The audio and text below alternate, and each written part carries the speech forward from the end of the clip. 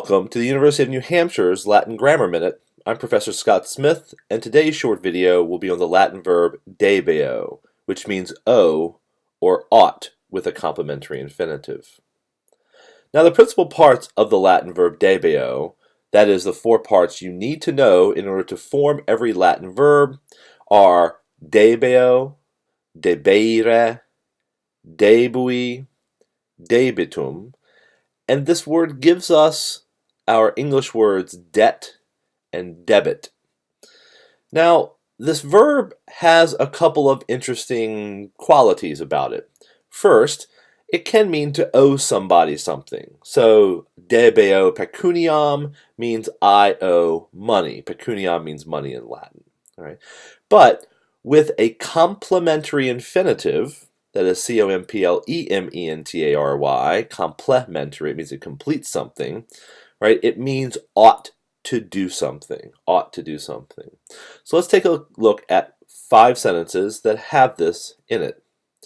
Now, if you wish, you can pause the video now for a few seconds and try and identify all of the infinitive forms. There's an infinitive in each of these sentences, so why don't you do that for a few seconds now. Great.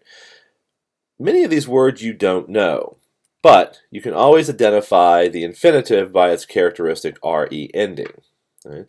And if you notice, we also have a form of the verb debeo in the sentences as well.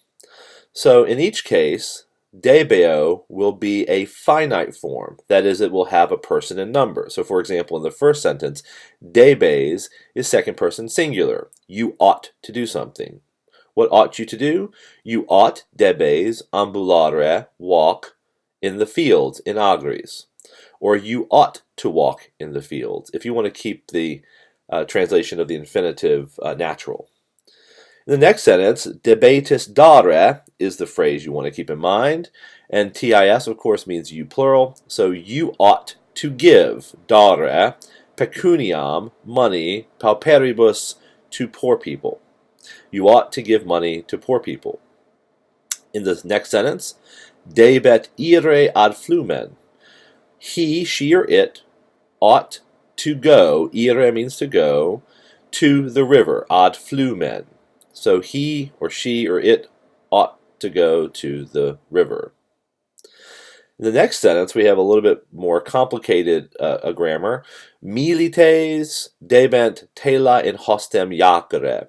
Milites means soldiers. In this case, it's the subject. So the soldiers, debent, ought, iacere, to throw, tela, weapons or spears, in hostem, against the enemy. So the soldiers ought to throw their weapons, their spears, against the enemy.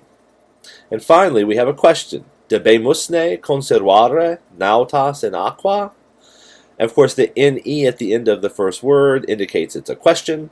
So, ought we to save, conservare, the nautas, the sailors, in the water, in aqua? And again, you'll see in each case you have a form of debeo, which is conjugated, has a person and number, and then you have an infinitive. Now, this verb debeo is not the only verb to do that. There are other verbs that use what we call the complementary infinitive. The complementary infinitive, remember, completes the action of the other verb. So, for example, possum posse, to be able, will take a complementary infinitive. Volo velle, to want, I want to do something, takes a complementary infinitive. Nolo nole, not to want to do something. I don't want to go to the store. A couple of examples really quickly. Videre viros potestis. Are you, see the tis at the end of potestis? Are you, plural, able to see, videre, the men, viros? And the last sentence, volo cogitare de multis. Volo, I want, complementary infinitive cogitare, to think about many things. And that ends this short video on the Latin verb debeo and the complementary infinitive.